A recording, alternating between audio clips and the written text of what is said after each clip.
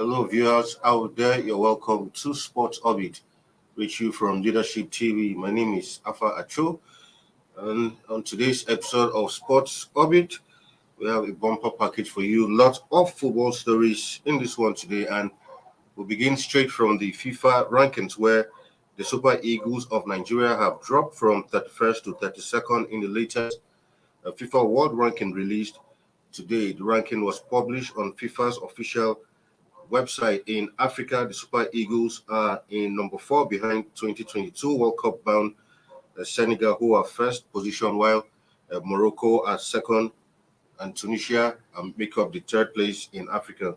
The slip up in the latest ranking by the Super Eagles may not be unconnected to their unimpressive display in last month's international break after being held to a 2-2 draw by Algeria's B team, and the Super Eagles also lost 2-1 to the A team of the Carthage Eagles.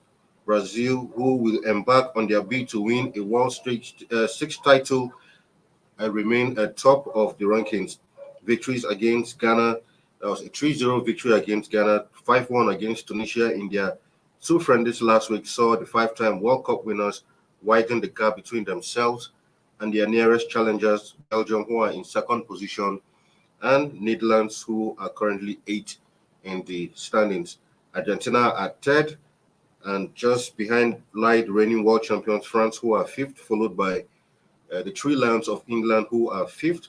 The only change in the top 10 saw Italy 6th, from Spain, who are 7th, who dropped down a place. The next FIFA World Ranking will be published on the 22nd of December 2022. So that's a drop down for the Super Eagles from 31st to the 32nd position in that one. Away from that now to an international friendly game where the Super Falcons of Nigeria were in action early hours of today against the Japanese national team, but the Super Falcons lost that one 2-0 in that friendly game. The former Women's World Cup champion Japan maintained their superiority over the Super Falcons with a 2-0 win in that game in Kobe. It is now third consecutive wins for Japan over Super Falcons in their 4 meetings. Also, the Falcons have now lost their last 5 games. The last time they won a match was in the quarterfinals of this year's Women Africa Cup of Nations in Morocco in July. Among notable Falcon players in action against Japan were the former Onumonu Chiamaka, Nadozie, Rashidat Ajibade, Otonachi Ohale, Ngozi Okobi, Uchenna Kanu, Michelle Alozie, Ashley Plumter, and Christy Uchebe.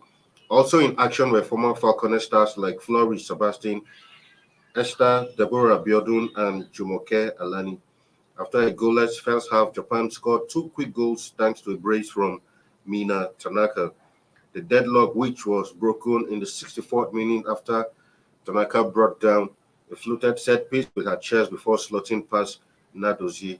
And in the 68th minute, Tanaka got her second as she converted from the penalty spot after Ohale brought down a Japanese player who was through on goal. Both Falcons and Japan will feature at next year's FIFA Women's World Cup in Australia and New Zealand. So not a very good outing for the Super Falcons in that one. And as they prepare for the World Cup, it is expected that Coach Randy Waldrum, who has in recent times come under serious criticisms, will have to ensure that his team improve on their performance. A lot of soccer-loving Nigerians have called for his head in recent times, saying that since he took over the mantle, at the helm of as the chief coach of the Super Falcons, that the team performances have dropped remarkably. Recall that the Super Falcons failed to, make it to the semi-final of the last African Women Championship. So made it to the final, but they couldn't go one better. Initially, a lot of Nigerians had thought that the Super Falcons will go on to win an 11th title, but that was not to be, as South Africa eventually won that title. Recall that the South Africans had come here sometime in the course of the year during the Aisha Buhari tournament in Lagos, where they defeated the Super Falcons 4-2. A lot of people have not been satisfied with the performance, but as they head into the World Cup, We only hope that the Nigerian Football Federation will make the necessary changes to ensure that we have a sound technical team that will, ensure that Super Falcons put up a fantastic performance in the World Cup. Away from that now to some other football news this time around, the upcoming international friendly between Portugal and Nigeria. Ahead of that friendly, head coach of the Super Eagles has started plans for the November 17 international home game against Portugal. The game will be played in time before Portugal get its World Cup campaign underway, and the game has been confirmed by the Nigerian Football Federation. Pesero will use the game to try out some new players, just like he did in the games against Algeria. This time around, some players who were part of the last game won't be considered for selection, but some will be given another chance. While the duo of Xavier Godwin and Rafael Onyedika will be given another chance, the same can be said for Ebube Duru. The other new players handed a color for the game. The spot of Duru is expected to go to Fenerbahce defender Bright Osai Samuel. The right fullback comes highly recommended to the coach who wants competition for Ola Aina. It was also gathered that he is now open to the idea of having Blackpool of England captain Marvin Ekpiteta without over the availability of Captain William Truss Ekong. Also, there will be a first-time call-up under Pesero for Udinese forward Isaac Success. He has been ever present for his team, who have made a strong start to the season in Italy. He fits the profile of the role behind the striker in the coach who favors the 4-4-2 system. It also might be the third time lucky for Al Hassan Yusuf, who has been provisionally invited twice but never made the final cut for the list. The Antwerp man is still under consideration, especially if he maintains the form that saw him voted as the club's player of the month. So, Super Eagles of Nigeria will be in action against 17th November, this time in another international friendly against Cristiano Ronaldo's Portugal in that one. This should be a match that a lot of Nigerians will be looking forward to, especially Pesero also being from Portugal. It will be seen how the Super Eagles will line up against the Portuguese national team, who also will be participating in the World Cup in Qatar later in the year. All right, to some other news now, where 10 years after his mysterious death, Super Eagles all-time leading scorer Rashidi Yekini is to be presented with a national award by the President Muhammad Buhari sometime next week, Tuesday. Yekini will be awarded member of the Order of the Niger posthumously. Recall that he won the 1994 AFCON and featured at the 1994 and 1998 World Cups. He was also named African Footballer of the Year in 1993. Like we always say, better than late than never. Well, for Yakini, it's been a long time coming. This honor has been long in the making, but finally, I think it's a good thing that the president has to, take the bull by the horns and eventually award him posthumously. To recall that Yakini has, put in a lot of service for Nigeria. He was the player who scored Nigeria's first ever goal at the World Cup, and currently till today he still stands as Nigeria's all-time leading scorer when it comes to international football. Now to some other news where World Anti-Doping Agency has published the 2023 list of prohibited substances and methods.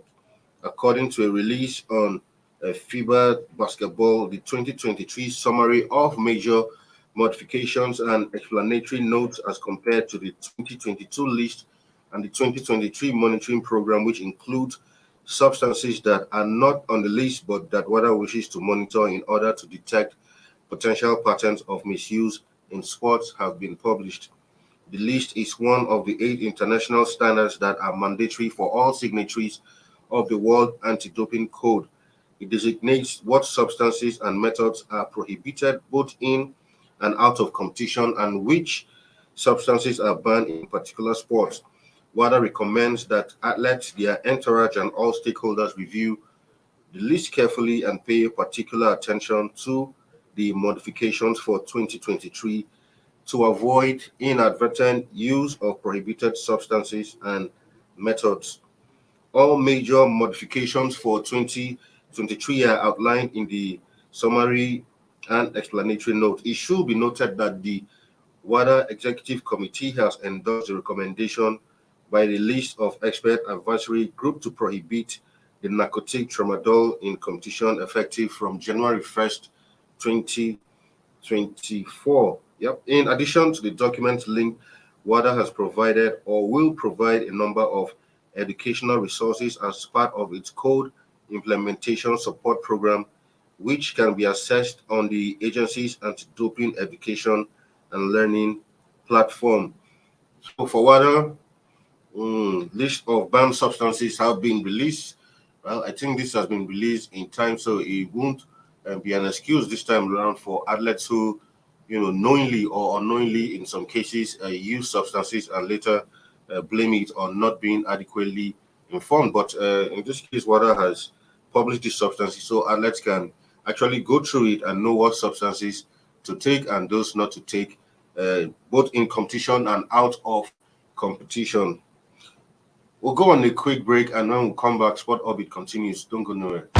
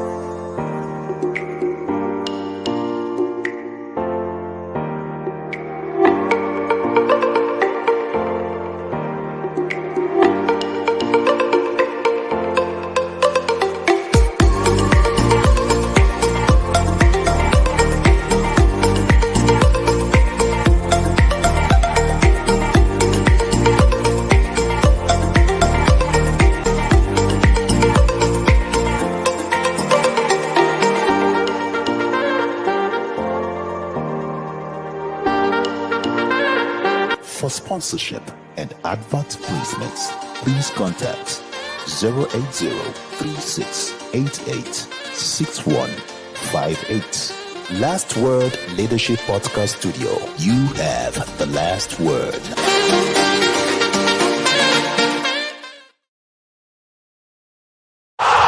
Sports Orbit. We make the world go round. All right, welcome back to Sports Orbit, still on Leadership TV. Well, Salifu Usman just joined me right now. Salifu, welcome to Sports Orbit. Thank you. All right. I'm sorry for coming late. Well, it happens sometimes due to unforeseen circumstances. Anyway, the show must go on. We begin from this part of it from the UEFA Champions League, where some matches went down in the competition last night. And I think one interesting game of all those results were Chelsea. I think a lot of Chelsea fans enjoyed that one as against all odds, if I must say, defeated AC Milan 3-0 in that one. And, some of them are beginning to say that they think Potter is the right man for the job, having won. 3-0. No, they defeated Milan 3-0. They wanted the man 3-0. Yeah, exactly. So Chelsea fans are beginning to feel that Potter is the magical. Yes, it can be another Dimator. Exactly. Chelsea fans, they have this claim that anytime the Sharks they push, they win the Champions League. Yeah. And the sack is very experienced, coach, and a coach that have a track record in the person of Thomas Tuchel. Yeah. They bring somebody where we can literally describe as unmatured or inexperienced coach to the level of managing a club with a club like Chelsea with a big status. Yeah. And including myself, I'm not a Chelsea fan, but I'm one of those who believe that Chelsea deserve better management than Potter. But so far, he has won his He has two games in charge. Games and defeating Milan yesterday is 2-0. Chelsea fans are beginning to feel comfortable that yes, maybe the American owner may have taken the right decision. But yeah, it is too early to say it. You have to know that it's always at the start of marriage. It's always the love is always sweeter. And Potter just came in. He's having a few new relationship with his players, so we wait to see how he's going to be able to manage this long relationship, because you hardly had a fight between a new couple. So let's just wait either this will last long or it will not last long. But congratulations to Potter for being able to beat Milan yesterday. Of course, in other games for City, not unexpected 5-0 in that one against FC Copenhagen in that one. Yeah, to me, the biggest surprise result was the Dortmund defeating exactly. Sevilla 5-4-1 at the Sevilla home, which has even led to the sacking of their coach. Today. Yeah. So, Man City, based on their antecedent and what they have been able to do so far, scoring 5-0 against the Copenhagen at their own at the Arsenal. Yeah. To me, it's not a surprise at all. It's the same thing. Man was their victim last Sunday, and now Copenhagen come again. So to me, that was not a big surprise result. Everybody could have put their money on Man City to win that match yesterday, which they didn't disappoint. But the biggest result for me, just like I said, is a Dortmund Sevilla. So nobody expected that Sevilla will go down 4-1 at home to Dortmund. For Benfica, PSG, surprisingly 1-1 in spite of despite all the array of stars. So when you look at this PSG team, you see that when it comes to the Champions League, they always have a way of struggling. It's like PSG is gene against the Champions League when it comes to Champions League. Despite the array, if you look at all the club at the moment, if you're looking at the club and you're talking about the personalities of the players, at one club, you definitely easily say PSG has all it takes to go smoothly and win the Champions League. But to my surprise, if they can travel all the way to Portugal and struggle against a team like Benfica, then it clearly shows that in as much as their ultimate target is to win the Champions League, I don't think they have what it takes. From this, I don't think they have what it takes. Because even their game against Israeli side Maccabi Haifa, it was also a struggle. It was 2-1 in that one, where Juventus, back to winning ways, won that one 3-1 against. Good one for the ladies, the ladies, the old lady. The old ladies. Because they've been struggling really. I think this is their first victory in the Champions. Their first victory in this Champions League. And good one for them. But if you look at the team, the Israeli side, so you definitely see that they deserve to win that match against the Israeli side. For Real Madrid champions, 2-1 over Shakhtar. The next in that one, for Madrid, they always have a way of grinding out results, no matter how difficult it is, and especially when it comes to the Champions League. And Madrid always have difficult at the group stage of the Champions League. If you look at all the years Madrid have went to win the Champions League, at the group stage they always struggle. Even last year they struggled to qualify for the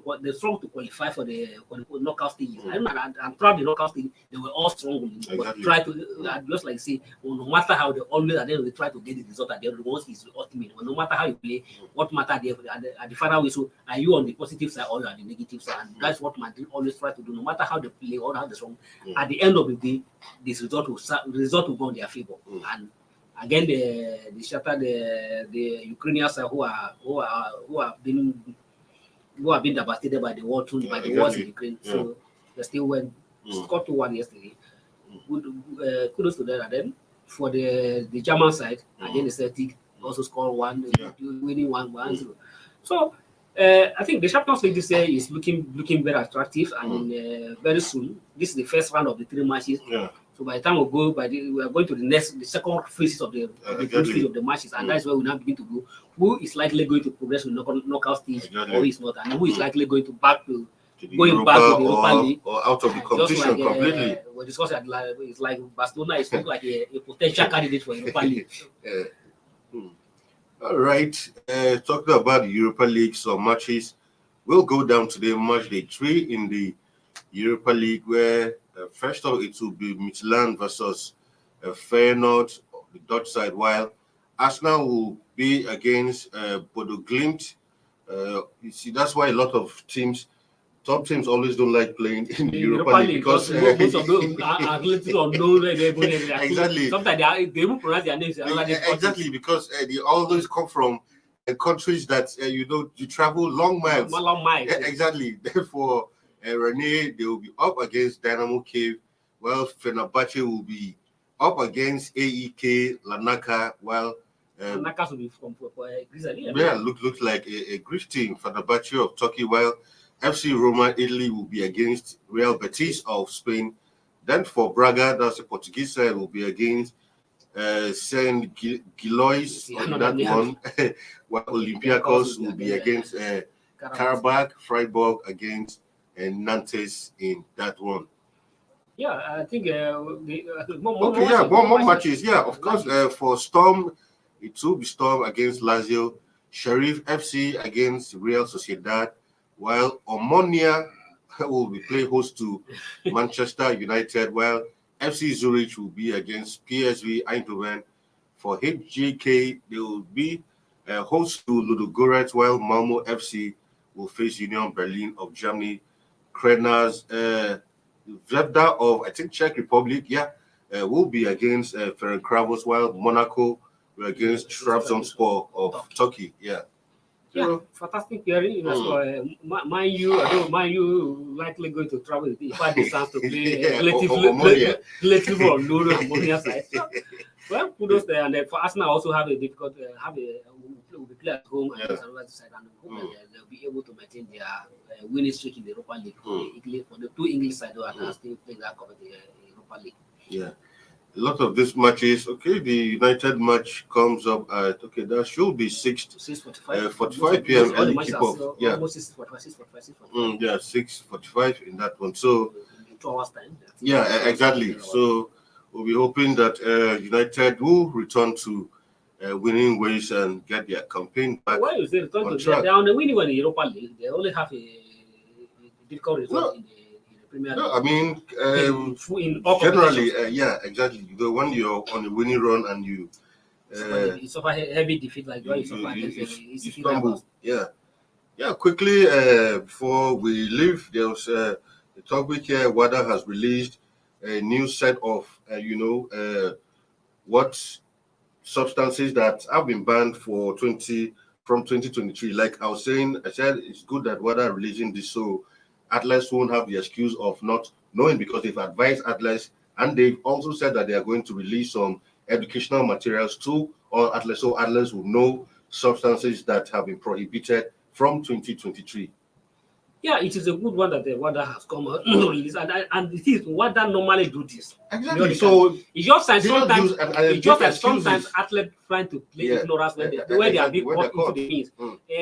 Yesterday I was privileged to meet the director of medical of the National Ministry of Federal Ministry of Health and Sport, Dr. Peter Weyedu, and I was discussing these issues of doping with him.